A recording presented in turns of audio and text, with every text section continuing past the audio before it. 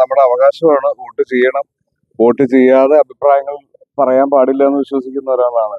നമ്മുടെ ജനാധിപത്യ സിസ്റ്റത്തിൽ ഒരുപാട് വിശ്വാസമുള്ള ഒരാൾ കൂടിയാണ് ഞാൻ. അപ്പോൾ തീർച്ചയായിട്ടും എന്റെ അവകാശം നിറവേറ്റിയതിനു ശേഷം മാത്രമേ ഞാൻ അഭിപ്രായം പറയാറുള്ളൂ.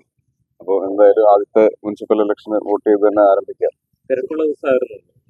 എന്ത് തിരക്കാണെങ്കിലും ഇത് തന്നെയാണ് ഏറ്റവും വലിയ കാര്യം. അപ്പൊ ആ തിരക്കുകളെല്ലാം മാറ്റി വെച്ച് എത്തുക എന്നുള്ളത് ആദ്യം തന്നെ പ്ലാനിലുണ്ടായിരുന്നതാണ്. പിന്നെ ചെറുപ്പം മുതലേ ആണെങ്കിലും ഞാൻ കണ്ടു വളർന്നതും ഒക്കെ എന്റെ ചുറ്റുപാടും ഉണ്ടായിരുന്നതും ഒക്കെ ഈ ഇലക്ഷനും രാഷ്ട്രീയവും ഒക്കെ ആയിരുന്നു. അപ്പോൾ അതുകൊണ്ട് ഇതിന്റെ ഇമ്പോർട്ടൻസ് എത്രത്തോളം ആണെന്ന് എനിക്ക് നന്നായി അറിയാം. അയൽവാസികളും സുഹൃത്തുക്കളൊക്കെയാണ് മനസ്സിലാക്കുന്നത്. അതെ, ഈ പ്രാവശ്യത്തെ ഒരു പ്രത്യേകത അതാണ്. എന്റെ കൂടെ കളിച്ചു വളർന്നവരാണ് ഇലക്ഷൻ നിൽക്കുക എന്നുള്ളത്. ഞങ്ങളും എല്ലാവരും വളർന്നെന്നും മെച്ചൂർഡായെന്നും ഒക്കെ തിരിച്ചറിയുന്ന ഒരു അവസരം കൂടിയാണിത്.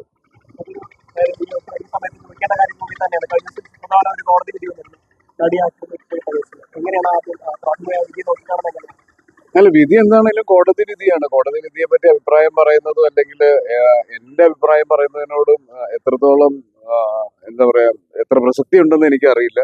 എങ്കിലും കോടതി വിധി സ്വീകരിക്കുക എന്നുള്ളതാണ്.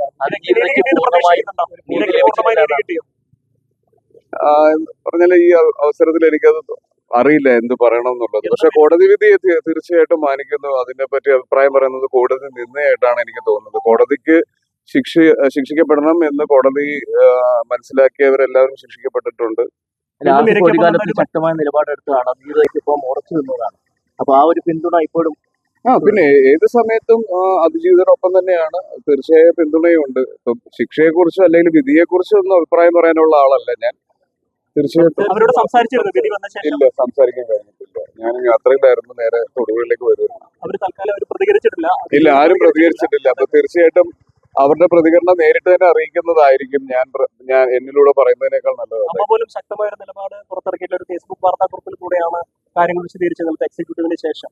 അപ്പോൾ ശക്തമായ പ്രതികരണങ്ങൾ എല്ലാവരും വളരെ കരുതലോടെ പ്രതികരിക്കണമെന്ന് ആഗ്രഹിക്കുന്ന ഒരു വിഷയം കൂടിയാണ്. നമുക്കറിയാം, വ്യാഖ്യാനിക്കപ്പെടാൻ ഒരുപാട് സാധ്യതകളുള്ള ഒരു ടോപ്പിക്കുമാണ്, ഒരു കേസുമാണ്. അതുകൊണ്ട് നമ്മൾ പറയുന്നത് വളരെ മനസ്സിലാക്കി കൃത്യതയോടെ തന്നെ പറയണം. അപ്പൊ പല സമയത്തും പല അഭിപ്രായങ്ങൾ പറഞ്ഞത് വ്യാഖ്യാനിക്കപ്പെട്ടിട്ടുണ്ട്. അത് പല രീതിയിലും ഓൺലൈൻ സോഷ്യൽ മീഡിയ അറ്റാക്കുകളിലേക്കൊക്കെ പോയിട്ടുണ്ട്. അപ്പൊ അതിനോടൊന്നും താല്പര്യമില്ല. അപ്പൊ എന്താണോ പറയാനുള്ളത് എന്നുള്ളത് കൃത്യമായി മനസ്സിലാക്കി കൃത്യമായ ക്ലാരിറ്റിയോട് കൂടി പറയാന്നുള്ളത്.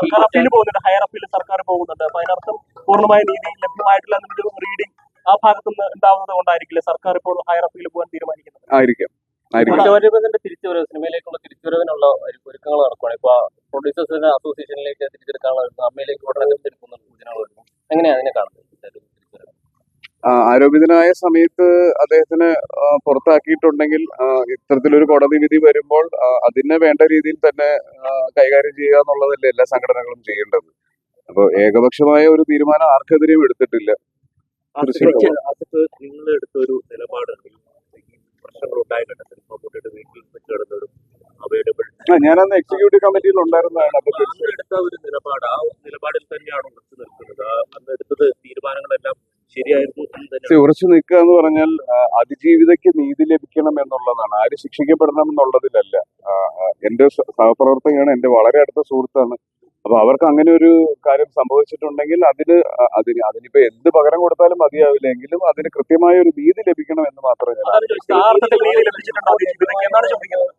അതിനൊരു അഭിപ്രായം ഞാൻ പറഞ്ഞാൽ കോടതി നിന്നയായി പോകും. കാര്യം കോടതി വിധിച്ചതിനെ പറ്റിയിട്ട് ഞാനൊരു കമന്റ് പറയുന്നത് ശരിയല്ല. അത് കോടതിക്ക് ശരിയെന്ന് തോന്നിയതാണ് കോടതി വിധിച്ചിരിക്കുന്നത്. അതിന് ഹയർ അപ്പീൽസിലേക്ക് പോകുന്നുണ്ട്. അപ്പൊ അതിന്റെ കാര്യങ്ങൾ വഴി അറിയാം. അധികാര കേന്ദ്രങ്ങളിലേക്കുള്ള ദിലീപിന്റെ തിരിച്ചുവരവിനെ എങ്ങനെയാണ് കാണുന്നത്? അതിനെ പറ്റിയൊന്നും അഭിപ്രായം പറയാനുള്ള ആളല്ല. തെറ്റില്ല എന്നാണോ? എന്റെ സുഹൃത്തുക്കൾ ഇവിടെ ഇലക്ഷന് നിൽക്കുന്നുണ്ട്. മാക്സിമം യുവതലമുറ ഇലക്ഷന് വരണം, ഇലക്ഷനിൽ പാർട്ടിസിപ്പേറ്റ് ചെയ്യണം, വോട്ടുകൾ ചെയ്യണം. പ്രത്യേകത ഇതിന്റെ ഒരു പ്രത്യേകത, ഇതൊരു ഹരിത ബൂത്തായിട്ട് പ്രഖ്യാപിച്ചിട്ടുണ്ട്. നമുക്ക് എപ്പോഴും അറിയാം ഇലക്ഷൻ സമയത്ത് ഉണ്ടാകുന്ന വേസ്റ്റേജിനെ പറ്റിയിട്ടും ഫ്ലെക്സ് ബോർഡുകളെ പറ്റിയിട്ടും ഇലക്ഷന്റെ ആവേശം കഴിയുമ്പോൾ ഉണ്ടാകുന്ന ബുദ്ധിമുട്ടുകളെ പറ്റിയിട്ടും ഒക്കെ അറിയാം. അപ്പൊ അതിനൊക്കെ ഒരു മാതൃകാപരമായ ഒരു തീരുമാനം എടുത്ത് ഞങ്ങളുടെ ഈ ബൂത്ത് ഈ പ്രാവശ്യം ഹരിത ബൂത്താക്കിയിരിക്കുകയാണ്. തിരിച്ചെടുക്കുന്നതിൽ തെറ്റില്ല എന്നാണോ അത് പറയുന്നത്? ഞാൻ പറഞ്ഞത് എന്താണെന്ന് നിങ്ങൾ ആലോചിച്ച് നോക്കുക, എന്നിട്ട് അതിനൊരു അഭിപ്രായം പറയും. Thank you.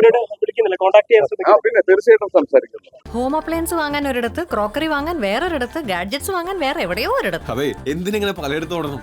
മൈജി ഫ്യൂച്ചർ ഉണ്ടല്ലോ. മൊബൈൽ ഫോൺ മുതൽ ഹോം അപ്ലയൻസസ് വരെ എല്ലാം ഒരിടത്ത്. ഏറ്റവും കുറഞ്ഞ EMI. അങ്ങനെയാണെങ്കിൽ ഏറ്റവും കുറഞ്ഞ വില. എന്നാ ഏറ്റവും കൂടുതൽ ഓഫറുകൾ. MyG future. Experience the next. മൈജിയാണ് ഫ്യൂച്ചർ.